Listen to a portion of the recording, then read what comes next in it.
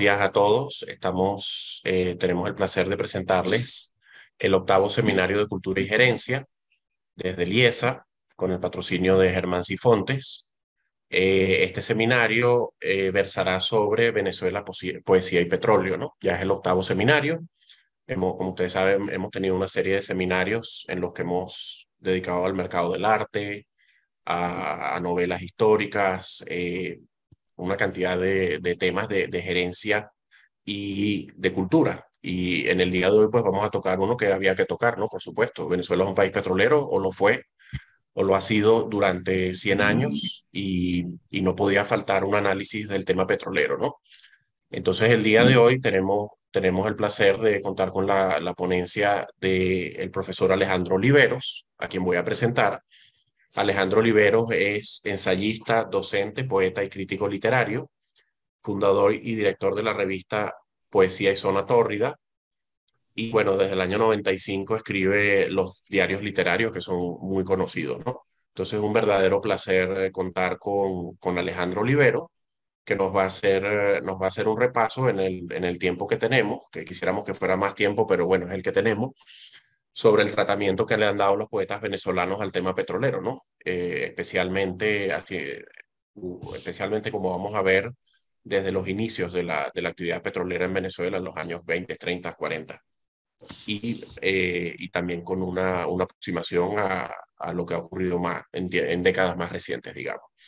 Entonces, bueno, nuevamente es un placer contar con la presencia de todos ustedes. Si tienen algunas preguntas, las pueden hacer en el chat de YouTube, en el cual se está conectando la gente, las diferentes participantes. Eh, el próximo seminario, lo puedo ir anunciando, el noveno, será con el profesor Ramón Piñán. Versará sobre el libro Leviatán de Hobbes, libro muy conocido, y entre Alejandro Oliveros y Ramón Peñango, pues conversarán, discutirán sobre ese libro, todos los impactos de gerencia que tiene ese libro. Entonces, bueno, por los momentos lo dejo con el profesor Alejandro Oliveros y bueno, un saludo a todos. Si quieren, pueden ir haciendo preguntas en el chat. Adelante, Alejandro. Gracias, Juli, por la presentación tan generosa. Y sí, estamos en nuestro octavo seminario, esta cátedra de Cultura y Gerencia, en el cual, gracias a la iniciativa de profesor Germán Sifontes, hemos propuesto esta tesis, esta idea, este proyecto de una cátedra de formación humanística, acogida generosamente por la directiva de Liesa. Y hemos hablado de muchos temas, es una cátedra de cultura, no es una cátedra especializada en ningún género, ni literario, ni artístico, ni filosófico. Lo que tratamos es de un solo intento, unir gerencia y cultura cuando planteamos los problemas. En el día de hoy, va a ser menos gerencia que cultura. Me da cuenta que mis actividades gerenciales son más bien poco recomendables. Sin embargo, de gerencia en el fondo se trata porque el destino de Venezuela en los últimos 100 años, como decía Uri, ha sido precisamente la gerencia, la buena o mala gerencia de los ingresos que hemos tenido por petróleo desde 1902 por lo menos. Esa ha sido la gerencia de la gerencia, la gerencia madre, la gerencia de estos ingresos petroleros, es decir, cómo han sido administrados, cómo han debido ser administrados, qué han tenido de bueno, qué han tenido de negativo, como toda gerencia. Es decir, si alguna vez necesitamos un buen gerente, necesitamos un buen gerente, fue cuando la madre tierra nos dio este regalo del petróleo con todo lo que eso significó. Independientemente de la gerencia y después de 100 años, es un buen momento para hacer un balance de qué tuvo de importante esta gerencia, habida cuenta que precisamente el año pasado, en el 2022, se cumplieron 100 años de la explosión del Chojo del Barroso, uno de los yacimientos petrolíferos más grandes del mundo en su momento, y desde allí, de 1922 hasta 2022, ocurrió justo un siglo. Ese siglo, 1922-2022, estuvo condicionado la manera que se desarrolló Venezuela durante ese siglo, dependió menos de la ideología, menos de las políticas, menos de las influencias, menos de eso que del aporte, de la riqueza que trajo a Venezuela la exportación de este bien no renovable. La historia de Venezuela en ese siglo crucial es la historia entonces de la explotación petrolera. Es el análisis de lo que fue durante 100 años una petrocultura que ha sido la nuestra desde que el petróleo comenzó a financiarnos nuestra vida de todos los días. La de Venezuela, quiera o no, lo entendamos o no, lo reconozcamos o no, no ha sido otra cosa que una petrocultura. No hay otra definición para lo que fue nuestra historia en esos 100 años que les he dicho.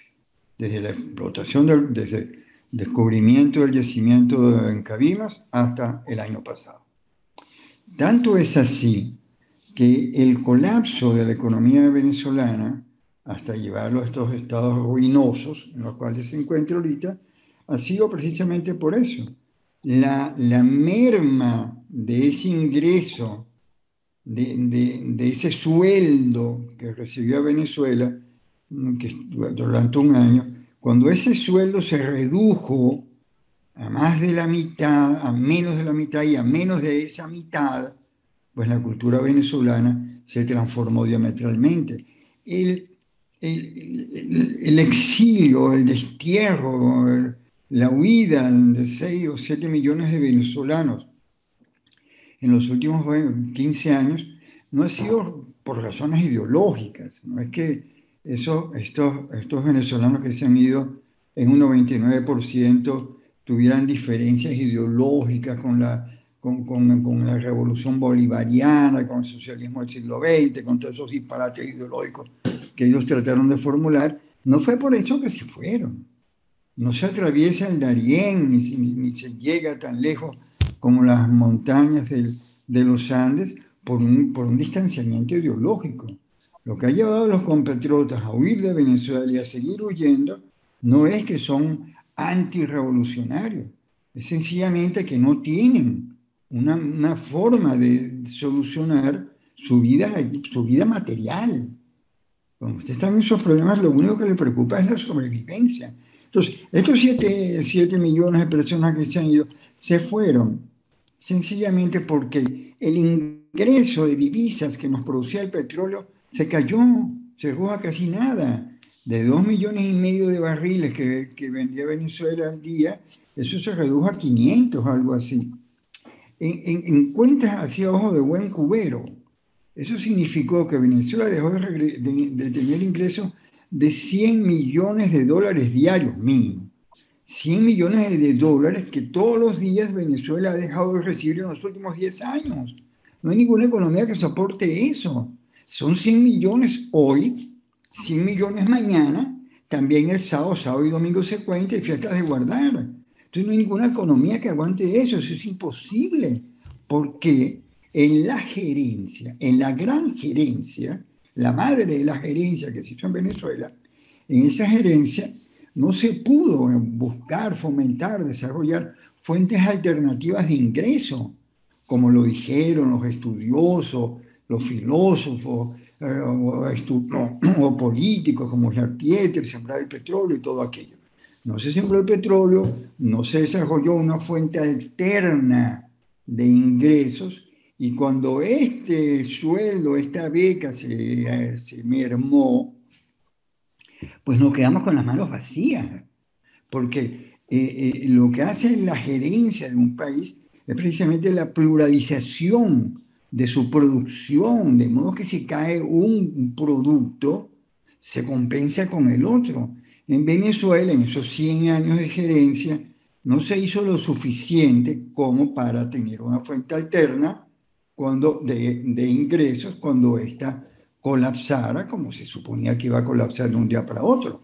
Entonces, la historia de Venezuela en 100 años, sus momentos de esplendor y en sus momentos de mayor miseria y tragedia como es la actual, es la historia de una petrocultura. Es un asunto muy largo, que no nos incumbe a nosotros, mucho menos a mí que no soy ningún economista ni gerente, y hoy, entonces, vamos a ver en esta cátedra de cultura y gerencia cómo, como señalaba primero Urbi, cómo los poetas venezolanos han visto esta petrocultura, que es como la vamos a llamar hoy, esta Venezuela después de 1922. ¿Qué fue lo que ellos vieron? ¿Qué fue lo que cantaron? La petrocultura en Venezuela ha sido favorecida por la dedicación de grandes ensayistas, desde Rodolfo Quintero en la izquierda hasta Rómulo Betancourt en la derecha, pasando por todos los que han pensado sobre el país. Sobran los buenos ensayistas sobre la petrocultura. Digamos que en narrativa, aunque lo que tenemos no sean grandes novelas, ni siquiera lo mejor de sus escritores, sin embargo tenemos referentes insoslayables a los cuales nos obligaron en las lecturas de bachillerato, al menos en el mío, que son la novela Mene de Ramón Díaz Sánchez, que se desarrolla en Lagunillas, Cabimas, el mundo de la explotación del petróleo en la cuenca del lago Maracaibo, y por el otro lado, Oficina número 1 de Miguel Otero Silva, que reseña, hace la crónica del desarrollo de la cultura petrolera, como ustedes saben, en Maturín, allá en lo que va a conocerse como el Tigre. Los pintores y artistas plásticos no han favorecido el tema del petróleo. No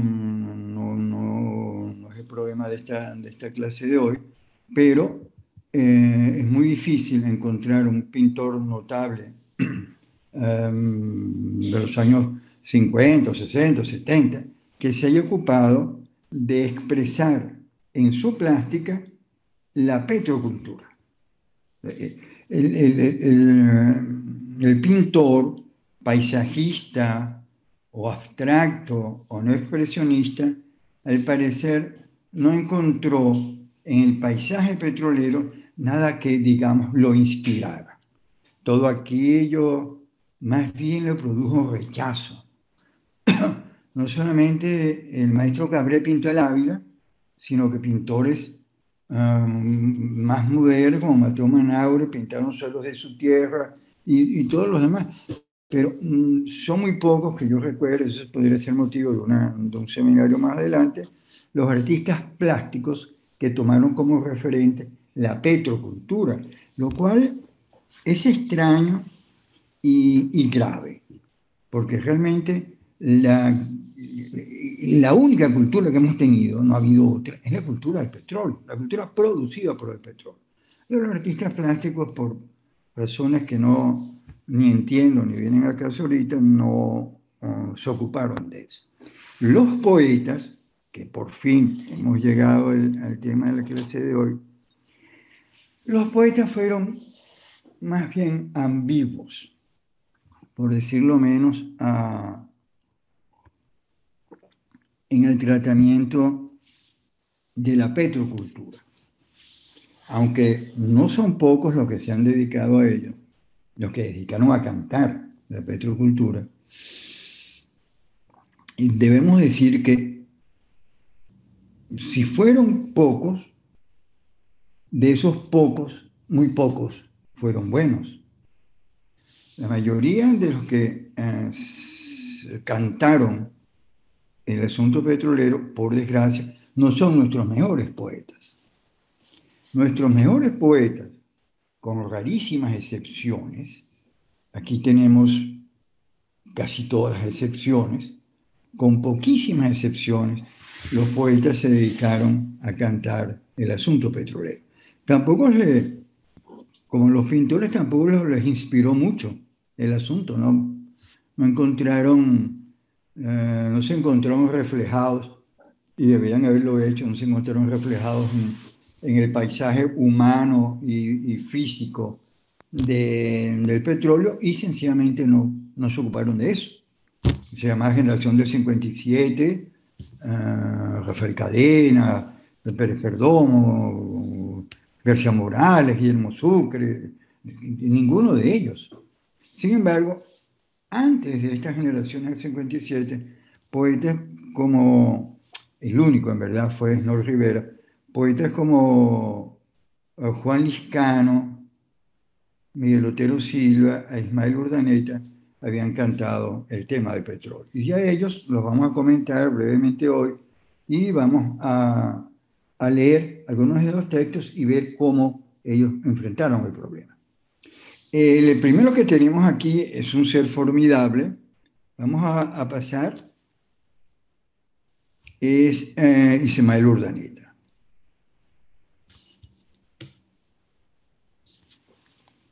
¿Podemos pasar la próxima? Gracias. Aquí este es el paisaje petrolero más importante que tuvo Venezuela. Y así, como está en esta bellísima lámina, era el lago de Maracaibo antes de la llegada de los encargados de explotar el petróleo. Y el lago para los maravinos en el siglo XIX, antes del petróleo, era un sitio bucólico, era el sitio ideal para vivir, era el sitio romántico por naturaleza, porque era este paisaje realmente hermoso. Describían la superficie del lago color zafiro, y por allá de vez en cuando se aparecía aquel famoso relámpago del Catatumbo, creaba una situación misteriosa. El lago fue para los poetas zulianos del siglo pasado y comienzos del XX fue el motivo de inspiración fundamental. Uno de estos poetas, Adarreyes Yepes, de la familia Yepes, que toda le cantó al lago, podía decir cosas como esta. Refinemos este lago prepetrolero. Qué bello es mi lago color zafiro, a veces muy bravo, a veces dormido, con sus cocoteros que son sus guardianes, guardan mil tesoros entre sus ramales. Y así como ella, muchísimos que veían en esto su motivo de inspiración. La cosa va a cambiar cuando llegue la industria petrolera, cuando lleguen los taladros, cuando lleguen las torres, porque el lago tempranamente, ya de 1920 por allí, ya el lago va a comenzar su largo y dramático proceso de contaminación. Este es el lago de velas, de barcos de vela, petrolero, preindustrial, como lo vemos aquí en esta lámina de al lado, y ya en las de abajo podemos ver que es un Maracaibo que ya ha sido afectado para bien probablemente por el negocio petrolero. Estos tranvías, ya la luz eléctrica, esta misma calle la vamos a ver más adelante en los años 50, de los años 20, de los años 50, de la lámina de la izquierda, de la derecha mía, ustedes ven cómo ha cambiado aquello. Y esto es el lago de Bellerman, ese lago que habíamos visto, ese paisaje precioso que cantaba la señora Yepes, pues se transformó esto rápidamente. Este paisaje que vemos aquí de los pozos petroleros del 29, eso en 20 años se montó esto. 20 años ya se acabó el paisaje, se acabó el lago color zafiro, se acabó el romanticismo, no, ya es esto, convertido en un gran espacio dedicado al petróleo. Aquí vemos los ingenieros norteamericanos que perforaron y encontraron, en fin, sabían que estaba allí, no había que encontrar nada, perforaron y dieron con este pozo, el barroso, y esto es lo que se llama el reventón, porque ese chorro magnífico, como una hemorragia, como que se hubiesen herido la arteria de algún animal gigantesco, ese flujo de petróleo duró 19 días y producía 100.000 barriles de petróleo al día, que se perdían allí porque no había manera de controlar ese yacimiento allí. Entonces, esto siempre ha sido asociado por los poetas con la violación de un estado de orden primigenio, de casi sagrado, de cómo la tierra nos fue entregada por el Creador, en términos metafísicos, religiosos, nos entregaron esta tierra azul y nosotros, en nuestra insaciable búsqueda de dominio de la energía, nosotros le hicimos una enorme herida en las entrañas y allí salió esta sangre negra que hemos llamado petróleo. Desde muy temprano, atención, las asociaciones del petróleo con el mal son bien conocidas, ¿ya? Para los indígenas de la región, los motilones y otros, esto que se conocía, porque esos yacimientos se afloran lentamente, poco a poco, y goteando casi, afloran. Y ese petróleo era conocido por los indios, que llamaban mene, y lo utilizaban para varias actividades. O sea, eso se pensó que era pues la violación de un orden natural. Y a eso se van a referir mucho los poetas, los mejores poetas que han cantado el asunto. La próxima. Entonces, bueno, aquí que llegó un buen día, un extraordinario venezolano, un venezolano legendario, venezolano así, tipo Harrison Ford, en busca del arca perdida. Ismael Urdaneta fue diplomático, viajó, un viajero incansable, impenitente por Europa, y cuando tenía 29 años, lo agarró allá la Primera Guerra Mundial. Entonces, él se alista, pelea en la Primera Guerra Mundial, es condecorado, se hace legionario de la Legión Francesa allá en Argelia, en medio del desierto, allá es distinguido también. Todas esas son condecoraciones importantes, la Cruz de Hierro, una condecoración francesa, y después de este largo periplo heroico, haber salido vivo de todas aquellas gestas es una proeza, regresa a su Maracaibo natal y encuentra y siente un enorme shock cuando ve que su Maracaibo que él dejó, que era el de Bellerman, máximo con unas velitas blancas flotando en el Zafiro, se ha convertido en un lago ya. Estos son poemas escritos para 1926. Ya él se queja de esto. El fin de nuestro querido Ismael Urdaneta fue muy trágico.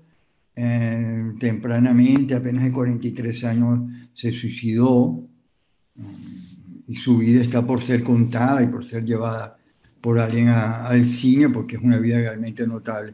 Y es un poeta notable también. Este escribió estos poemas en 1924-1926. Bien, bien, bien, bien, bien, comenzando el siglo. Y fíjense que estos poemas son poemas que no riman como los de Eloy Blanco, esas rimas obligadas, sino un poema con una dicción muy, como se dice, demótica, muy directa. Está más preocupado por el decir que por la belleza de las palabras. Y hace este poema, Lago Petrolizado, que es realmente desgarrador. Recuerden, él había dejado su lago a lo Bellerman, y recuerda, para ver esto. No he sentido en mi vida dolor más lírico de irremediable ausencia de colorido a mi regreso a Maracaibo que ver en el lago de mi infancia las barcas, las ingenuas y blancas barcas de cabotaje que convertían el lago en un estanque al verlas con el pecho y las alas tiznadas de petróleo, que fueron esas velas que vimos al principio en una de las fotografías. El estertor bituminoso que en Cabima salpica la blusa de los obreros vomitó al lago su negro Wall Street. La alberca de zafiro se hizo tina de aceite, y esto en 1924, ya lo veo como una tina de aceite, no es como lo sido esto en 1966. La alberca de zafiro se hizo tina de aceite, una hipérbole, una imagen exagerada, pero profética. Y allí están ahora en la bahía anclados las lindas barcas de otros tiempos, envilecidas con el karate exótico. Su inocencia marchita clama a los cielos zulianos, pero en estos cielos atónitos nada pueden hacer por ellas, lanceados a su vez por las torres de acero de los taladros. Nada pueden hacer, irremediablemente opacos en la veteada pupila con que los mira petroleramente la enorme tina de aceite. Y es un poema que parece escrito hace 10 años, por la modernidad, por la forma directa, casi prosaica. Cuando todavía están escribiendo poemas románticos, ustedes escribimos esa forma tan moderna. Fíjense este otro. Esta imagen que tenemos aquí, esto es un flamenco que hace un par de semanas fue encontrado así. El pobre pues, se sumergió en las aguas del lago buscando algún pescado, y bueno, y salió así, nadie lo pudo salvar. Esta es una foto tomada del Nacional de hace 15 días, el pobre flamenco. A eso se refería con un gran espíritu visionario Ismael Urdaneta, que está cantando en 1922, 22-23, algo que está ocurriendo hoy en día todavía. La agonía del Alcatraz, quizás haga referencia a esto. El Alcatraz vivía feliz en nuestras ribas. Este buzo, porque siempre se hunde para buscar la comida, este buzo con alas, retozado entre dos turquesas, lago y cielo, era la buena vida para nuestro buchón, como aquí se le llama por el enorme buche y la barbaridad de su apetito feroz, terror de los bagres y otros peces lacustres. Era la vida regalada para este gargantúa marino, las buenas comidas que se le deparaban, sus bruscas ampullidas perpendiculares en la turquesa del lago. Y así él sigue hasta que canta esto que dice: los bagres honestos del lago, obsequios del buen Dios a la voracidad del Alcatraz, las Standards Oil del planeta, se los sirven ahora con una matizada mayonesa homicida en agua de tofana petrolera. En Lagunillas, en La Rita, en Cabimas, sus cadáveres van a la deriva en una balsa de aceite, y nuestro pobre Alcatraz muerto sobre las ondas ternasoladas, untado de pomada bituminosa, es una gigantesca acerina flotando en los reflejos de una traidora lámpara de Aladino. Es muy conmovedor, Ismael Urdaneta, en estos textos tan premonitorios, como les digo, tan directos. El asunto petrolero, la explotación petrolera, como vemos aquí, se va a extender a lo que se conoce pues como la costa oriental del lago, que es donde está ese gran yacimiento que encontraron en el Barroso. Entonces, aquí en este mapa vemos cómo se desplaza un poco de la costa occidental a la costa oriental, donde van a haber los más grandes yacimientos y donde se van a fundar ciudades, para llamar de alguna manera, como Lagunilla, más tarde Ciudad Ojeda, y siempre estaba ahí Cabimas. A esto se refieren varios poetas, pero les recomiendo, lo vamos a ver más adelante, la lectura de la novela Mene de Ramón Díaz Sánchez, donde se refiere a esta situación de Cabima, Soledad, cuando comenzó la industria petrolera. Estos Cabimas en el año 26 eran asentamientos y una de las cosas que ocurría mucho era el flujo poblacional, casi todo, pero a estos pozos del lago de Maracaibo llegaron muchísimos margariteños que se venían en balandras desde Margarita, desde Portapiedras, hasta Maracaibo en balandra, un viaje que duraba varios días y que era la misma balandra, el tipo de balandra que llegaban hasta Caracas. Muchísimos margariteños y muchísimos coreanos, que es lo que ha hecho que esas poblaciones todavía sean ellos después, como Margarita y el Estado Falcón, sean siempre con una población deficitaria. Aquí, pues, el Barroso ya habíamos visto, el poderoso. Entonces, y ustedes vieron cómo él, Ismael Urdaneta, hace referencia un poco a que esa explotación, sacar ese material de la tierra tenía algo como de transgresión metafísica, como de agresión al creador en su máxima expresión que fue la tierra. Pero los poetas han sido muy sensibles a esto. Han relacionado casi siempre la madre tierra petrolera venezolana y la agresión y la agresividad con que ha sido explotada de una manera casi acrítica. Estos son pueblitos, como ven, a orillas de la costa oriental del lago, cerca de Cabimas, que se fueron creando así entre palafitos. Ramón de Sánchez habla de esto. Y, por supuesto, la población de estos campos, a los cuales hacen alusión todos los poetas, son nómadas, como les digo, son gente que venía generalmente de Coro y de Margarita, pero también venían chinos, venían mexicanos, venían japoneses, venía gente de todas partes porque esto era como una mina, como la fiebre del oro en California, un poco así sentían ellos que era la explotación del petróleo. Había una gran diferencia, sin embargo, y es que en la explotación del oro, la extracción del metal pasa a ser propiedad del minero, al menos en la concepción clásica de las minas de oro de California y Alaska. Pasa a ser propiedad del que lo consigue.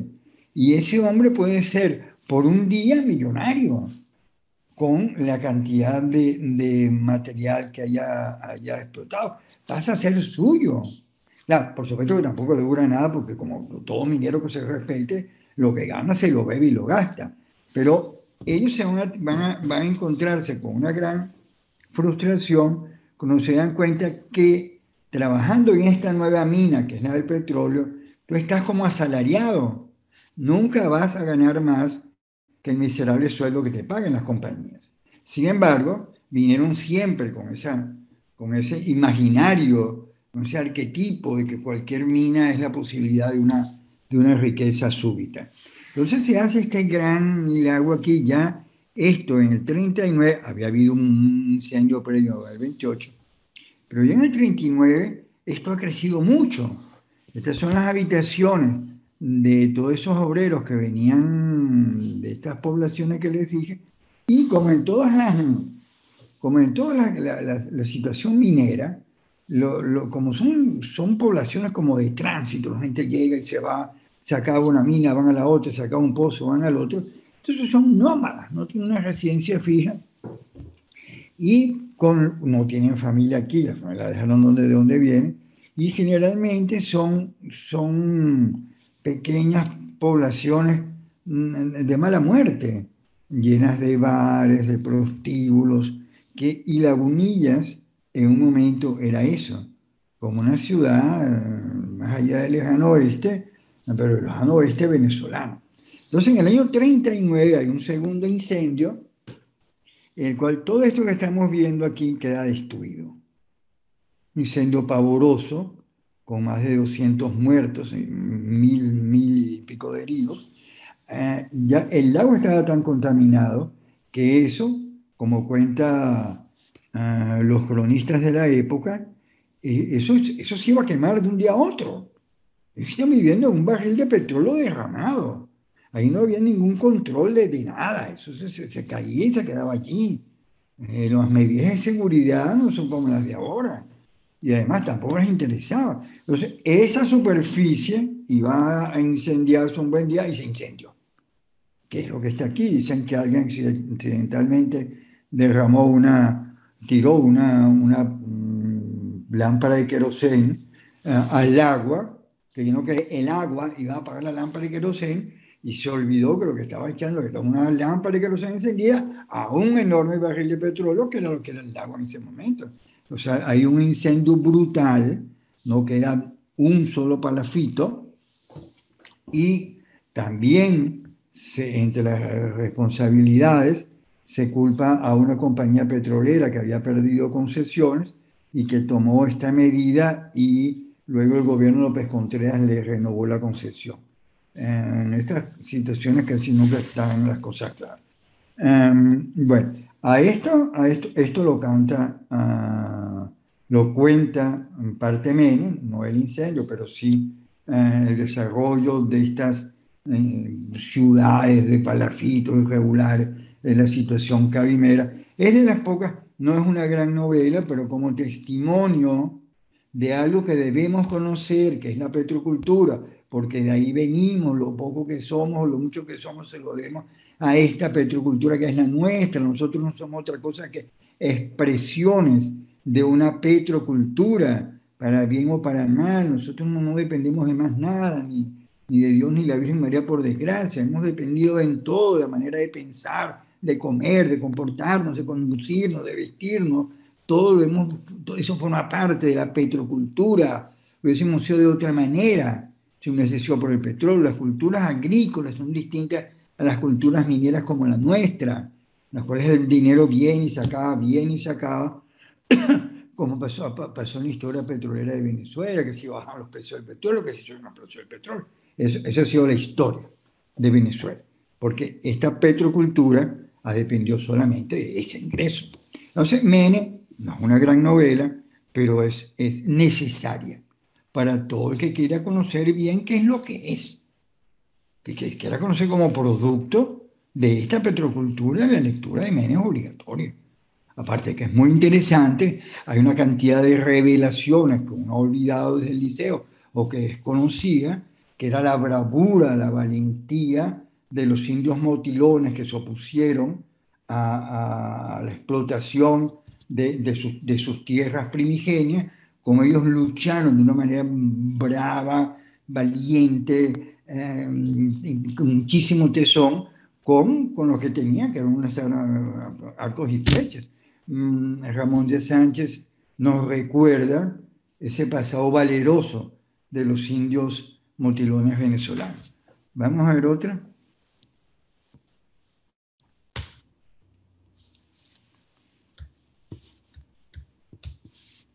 Bueno, la próxima.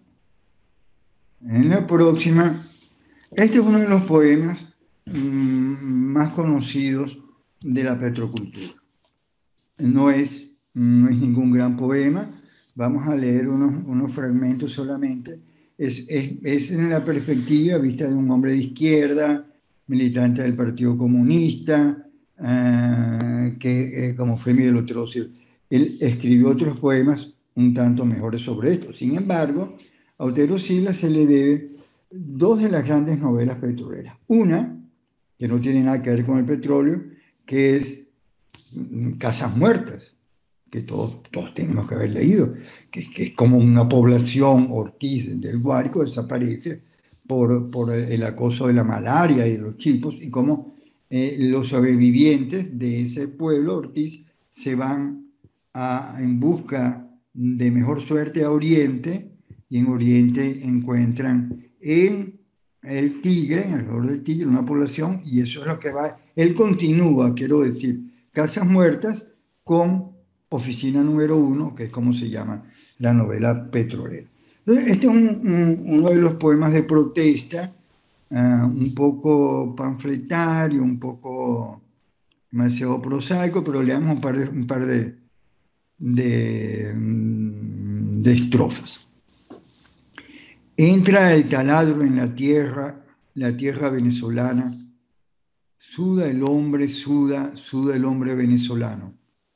Crujen las máquinas yanquis, grita el ingeniero yanqui, entra el taladro rompiendo tierra y piedra, piedra y tierra, la tierra venezolana, la piedra venezolana. Suda el hombre junto al pozo, el hombre venezolano, tierra y sudor en la espalda, oscuro fuego del fango del pueblo. Y así se extiende, este poema está en todas partes, en internet se consigue muy sencillo, usted pone el taladro Miguel Otero Silva y le sale el poema. Lo que queríamos aquí era hacer referencia de que este fue uno, no de los mejores poemas, porque no es muy buen poema, pero un poema testimonial muy importante para el conocimiento de otras opiniones sobre nuestra petrocultura. El próximo el próximo poeta, como poeta es más interesante, que es Juan Liscano. Juan Liscano fue un poeta, pero también un gran ensayista, fue estudiante del folclore. A él se le debe, a este caballero se le debe el descubrimiento de las mejores expresiones del folclore venezolano.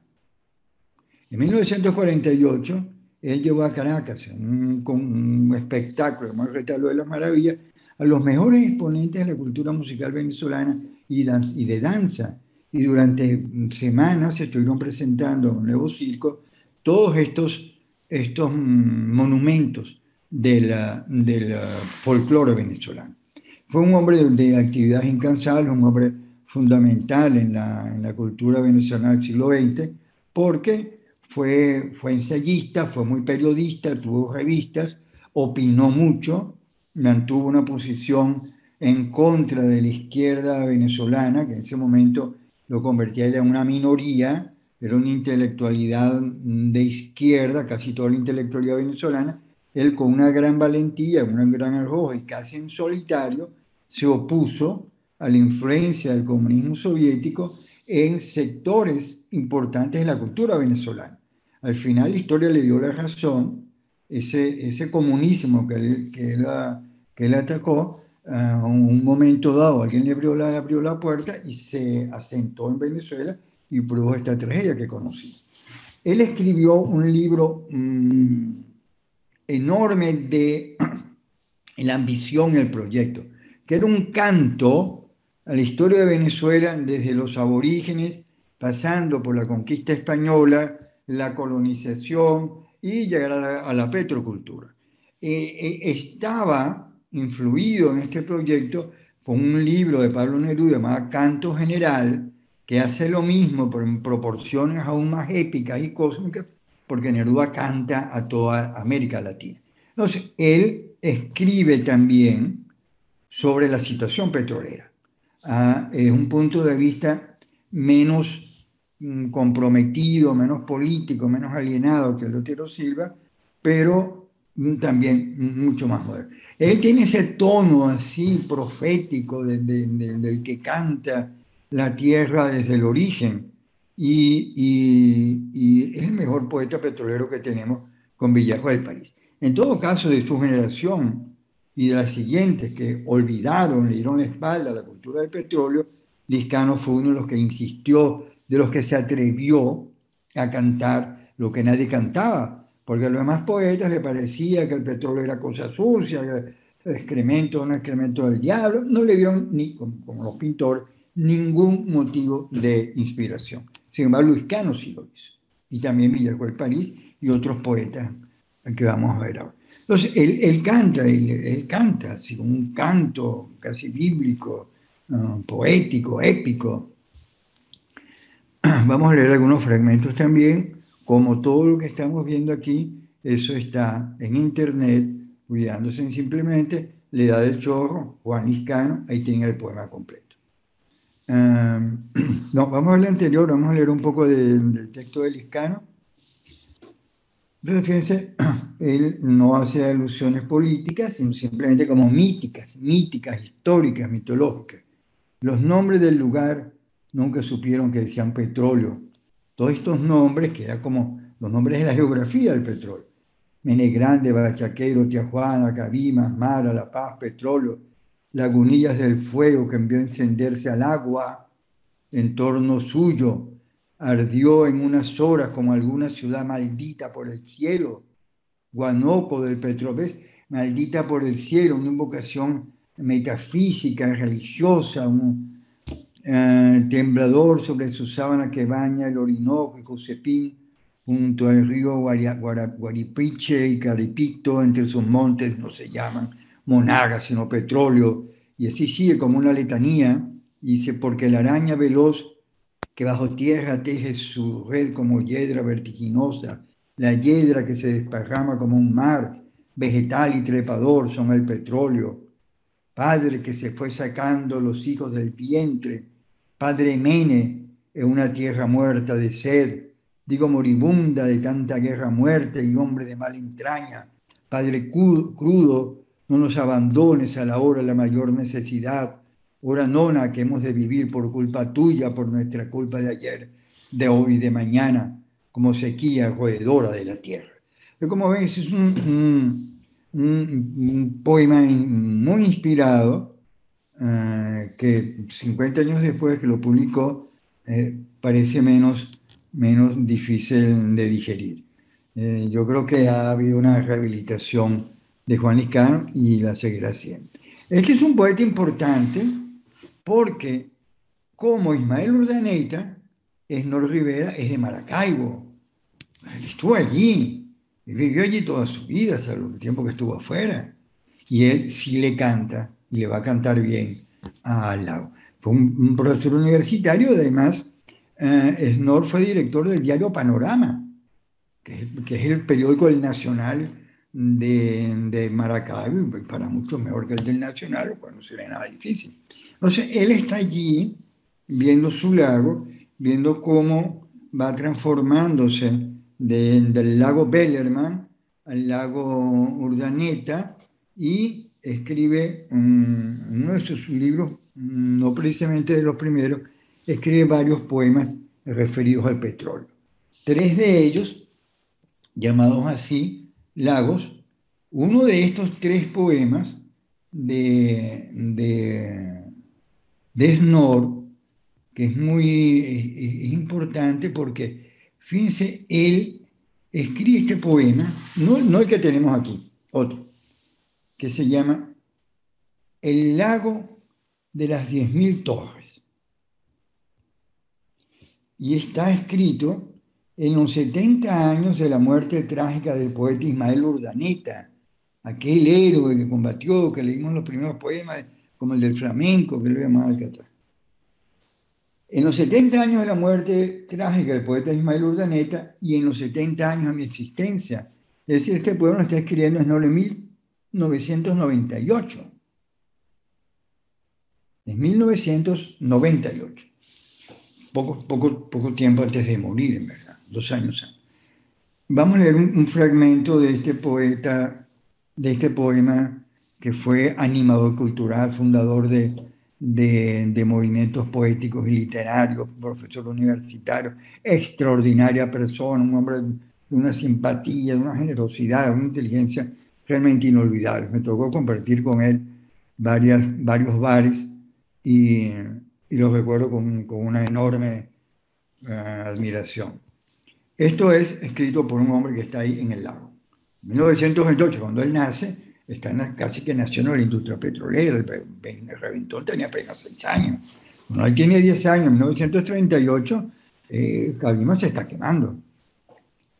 Los lagos. Le damos un fragmento, también les recomiendo que vayan a Google, pongan Snorr Rivera, Los lagos, de Snorr Rivera, le van a aparecer 3 poemas preciosos, de los mejores que se han escrito sobre el asunto petrolero con los de Villacuel París. Este es el tono, poemas muy breves, directos, ya un poema de poetas de la vejez, sin mayores adornos, sin mayores romanticismos, más bien precisos y escultóricos. Alrededor de nuestras casas crecían lagos. Cuando las hierbas de sus barbas todavía brillaban en sus corazones, los peces aprendían de memoria el canto de los pájaros para alabar la transparencia de los amores del agua. Un lago crece como la espalda donde se mira la respiración del cielo. Alrededor de nuestras casas crecían costas iluminadas por lirios de mejillas sangrientas. Los astros se escondían detrás de la humareda del árbol, listo ya para zarpar hacia donde el amanecer es un puerto. Y por ahí siguen estos poemas, estos tres poemas preciosos, que es de lo mejor. Si hay que hacer una antología de la poesía venezolana dedicada al petróleo, pues Nor Rivera con Villejo del París tendrían los puestos más importantes, y después Juan Liscano. El próximo poeta que vamos a ver en este recorrido tan rápido del asunto, primero, esto es la contaminación del lago que previó Ismael Urdaneta en 1926. Esto es lo que queda después. Esto es lo que hay ahora. Eso es imposible de limpiar, ya eso se quedó así, el lago murió. Eso forma parte de nuestra petrocultura, ciertamente nuestros haberes. O sea, tenemos que tomar todo esto en cuenta para saber un poco qué es lo que al final somos, ¿no? Somos todo esto. Nosotros desde el centro, desde Caracas, Maracay, Valencia, un poco Barquisimeto, no vimos bien esto. No tuvimos curiosidad por acercarnos a conocer en profundidad lo que estaba generando nuestra vida, lo que originaba nuestra cultura. A nosotros nos llamó muy poco la atención, despertó muy poca curiosidad. Lo veíamos allá en Maracaibo como una mina que enviaba petróleo, y que los habitantes eran muy simpáticos y tocaban gaitas. Pero le dimos la espalda al origen de nuestra identidad, que es la de ser hombres y mujeres de una petrocultura, que es lo que somos.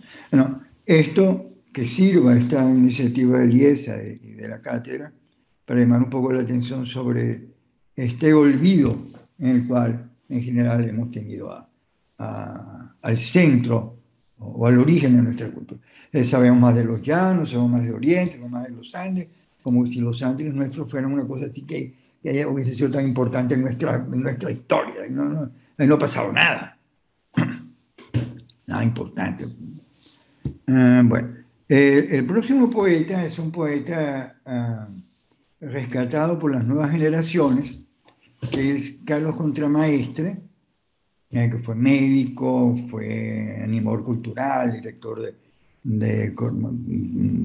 coordinador de la Universidad de los Andes, y él ya también al final de su vida, es un hombre que muere tristemente joven. Si yo saco bien la cuenta, apenas me dan 53 años. Impresión. Sí, no sé, hay que chequear esta. Bueno, él escribió dos textos sobre el asunto petrolero. Él está evocando, él escribe en 1982, 81, 82, escribe algo que ocurrió mucho antes. Él está cantando el pasado dramático, trágico de la industria petrolera en aquella época de Cabimas. Cabimas Zamuro, ustedes no sé si saben, es otro pueblito, otra localidad que queda allí en la costa oriental del lago. Entonces, este poema está escrito de otra manera. Las influencias contramaestres no son las influencias clásicas de Snorri Rivera o Liscano. Un poeta surrealista, mucho más moderno, mucho más agresivo en el tono, mucho más libre en su expresión. Y aquí él asume una primera persona, un yo poético que no es el suyo. Él nunca fue viejo rescatador de tuberías muertas. Este poema también está disponible para ustedes. Como tenemos un poco tiempo, vamos a pasar a ver las poesías de Villarroel París. ¿Qué ocurren aquí en el Tigre? Ya nos mudamos para Oriente, hemos llegado a Maracaibo, nos vimos de Oriente porque los ingenieros encontraron aquí una cuenca petrolera en Monagas, Anzoátegui, especialmente aquí hacia el sur. En el sur-sur, donde está Soledad por allí, eso forma parte de lo que hoy es la franja petrolífera del Orinoco. Pero más arriba, allí exacto, donde está el cursor, está el Tigre. El Tigre era nada, el Tigre era un caserío de 4 casas. Cuando llegó los ingenieros norteamericanos y sabían que allí habían buenos yacimientos de petróleo, y eso lo cuenta, y lo cuenta bien como un cronista periodista. Esto es el Tigre, como un cronista periodista, como una buena crónica, Miguel Otero Silva en Oficina número 1.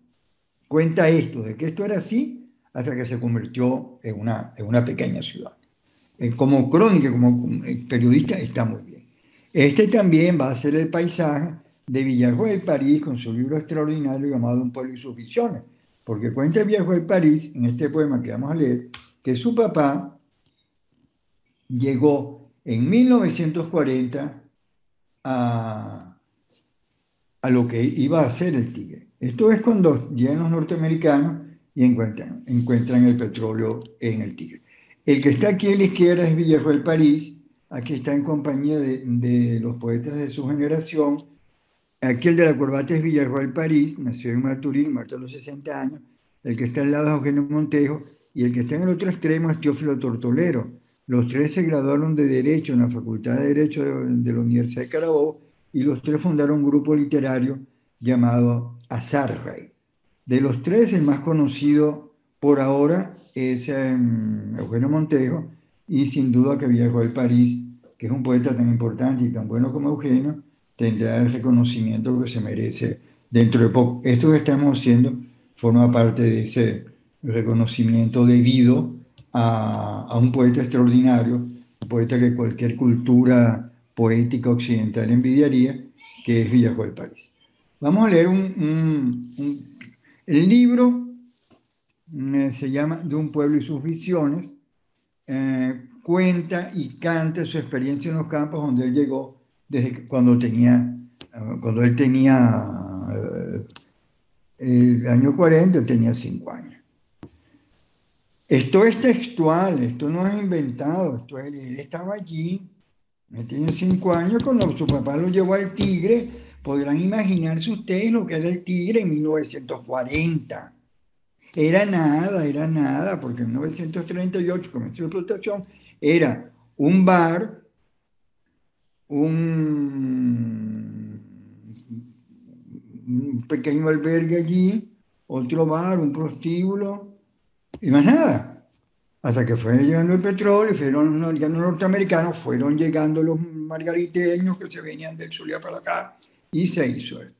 Él cuenta esto. Vamos a leer un fragmento nada más, es realmente extraordinario. Por lo testimonial, no es panfletario, no es desgarrado. Villarroel no está exhibiéndose en toda la miseria que vivió, es muy objetivo y canta, que es lo que tiene que hacer un poeta. Mi padre llegó al Tigre por el año 40. En el año 40 aquello era nada, era la frontera entre la barbarie y una liniecita verde que era la civilización. Mi padre llegó al Tigre por el año 40 con muchos pueblos muertos en la cabeza, porque como les decía, eso eran como las minas. Cuando se acaban se secaba un pozo, entonces el padre de Villarroel cogía a su hijo, a su mujer y a sus otros hijos, y se iba por el próximo pozo. Y nada, y no había más nada que hacer. Y él cuenta cómo él vivió eso.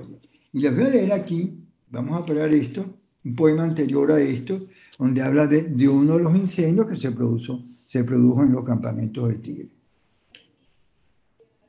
Dice, el gran incendio, esto es en el Tigre. Las llamas estaban ahí bordeando el zanjón de la quebrada y el monte. Toda la noche se hizo día. Un tropel fue la noche, un alarido, un ruido de casas quemadas. Allí a lo largo de la calle Bolívar se estaba quemando Quiquiriquiri.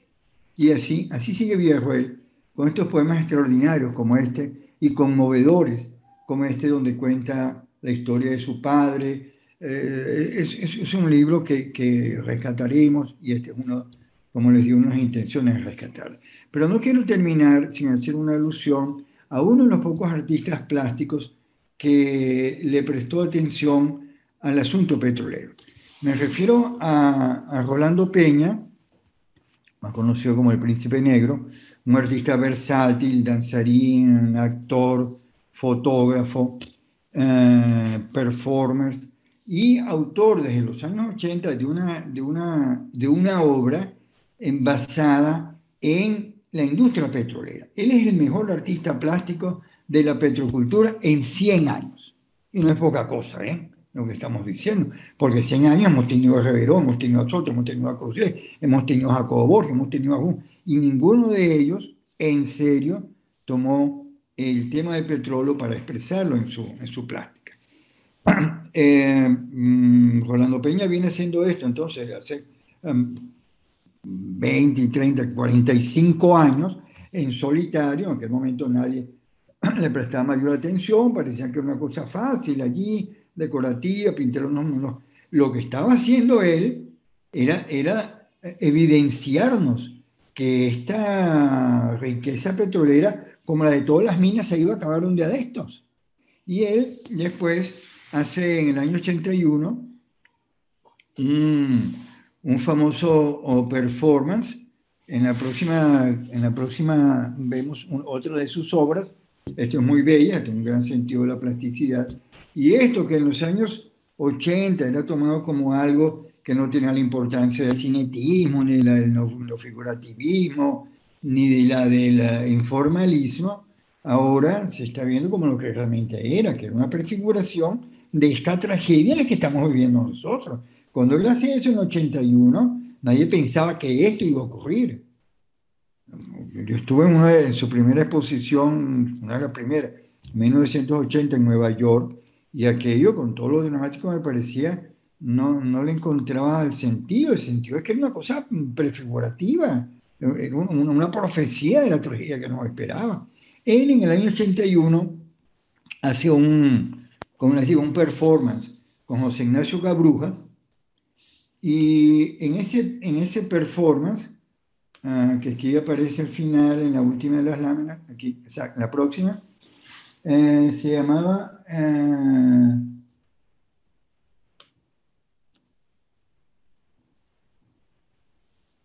Performance, Petróleo Crudo. Para ese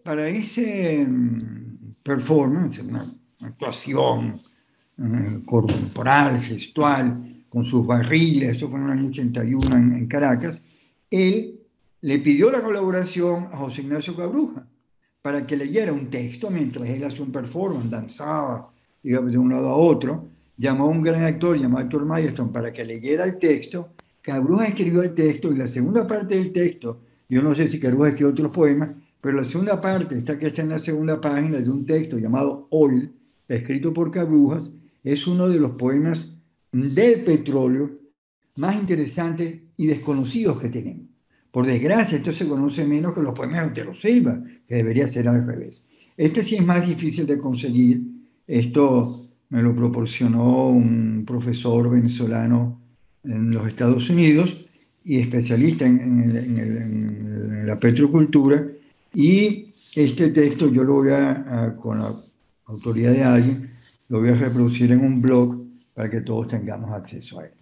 Bueno, de esta manera tan apresurada, la cátedra de Cultura y Gerencia ha querido, la intención que hemos tenido es la de estimularlos a reconsiderar el asunto del petróleo no solo como algo que nos produce divisas, que sube y baja el precio, y baja la producción, sino que hemos sido sus hijos, hemos sido nuestra madre, venimos de esa cultura del petróleo. Ahora Urbi dirige todo el rumbo. Bueno, muchísimas gracias, Alejandro, por la excelente presentación que nos has hecho. Es un tema que estoy seguro mucha gente desconoce. y tú lo has tratado con muchísimo detalle, has rescatado todos estos poetas y las obras que han escrito en relación al tema del petróleo. Muchos son, como decíamos, de primera mitad del siglo pasado. Y bueno, sí, sorprende la escasa atención que se le ha dedicado al tema petrolero, ¿no? En general, entre los poetas y yo que trabajo más el tema del arte plástica, la verdad es que no puedo pensar en alguien más allá de Rolando Peña, que haya tratado este tema de la manera tan exhaustiva que lo ha hecho él. Y como sabemos y como tú dijiste, pues somos un país petrolero, lo hemos sido por 100 años. Eso es lo que ha determinado lo que es la Venezuela de hoy. Eh, Nos guste o no nos guste, somos una petrocultura. Han pasado todos estos años y como te digo, pues sí pareciera que no se le ha dedicado desde el punto de vista de la cultura toda la atención que requería, ¿no? Y muchas veces más bien en los poemas que vimos la connotación era hasta casi negativa, ¿no? Y hay que recordar que Venezuela, bueno, producto del descubrimiento del petróleo, de su explotación, con muchas cosas malas que pasaron, a pesar de todo eso, Venezuela pasó a ser de uno de los países más pobres de América Latina, uno de los más ricos, ¿no? Segunda mitad del siglo XX fue prácticamente el país más rico durante muchos años de América Latina, ¿no? Y por eso hubo una inmigración tan fuerte de Europa y de América Latina a Venezuela, ¿no? Atraída por esa riqueza petrolera, con muchos problemas, como sabemos, pero eso es lo que determinó la Venezuela que todos conocemos, ¿no? En muchos aspectos. Y ahora que la producción petrolera, como comentabas tú, ha caído a los niveles bajísimos a los que ha caído, el país se resiente muchísimo la economía, como mencionabas al principio, ¿no?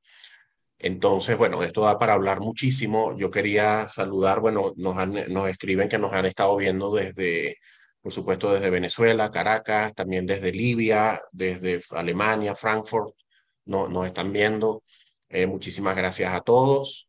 Eh, Ha sido un placer tenerlos aquí. El próximo seminario de cultura y gerencia, en unos 2 meses, ya le estaremos avisando la fecha, será con el profesor Ramón Piñango, profesor de Liesa, profesor emérito de Liesa, y con Alejandro Olivero, sobre el libro Leviatán de Hobbes. Les estaremos anunciando próximamente todos los detalles de ese evento.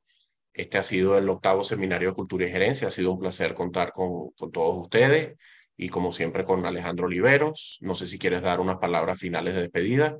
Como siempre, agradecemos a Germán Sifontes por el patrocinio que nos da para llevar adelante estos seminarios. Alejandro.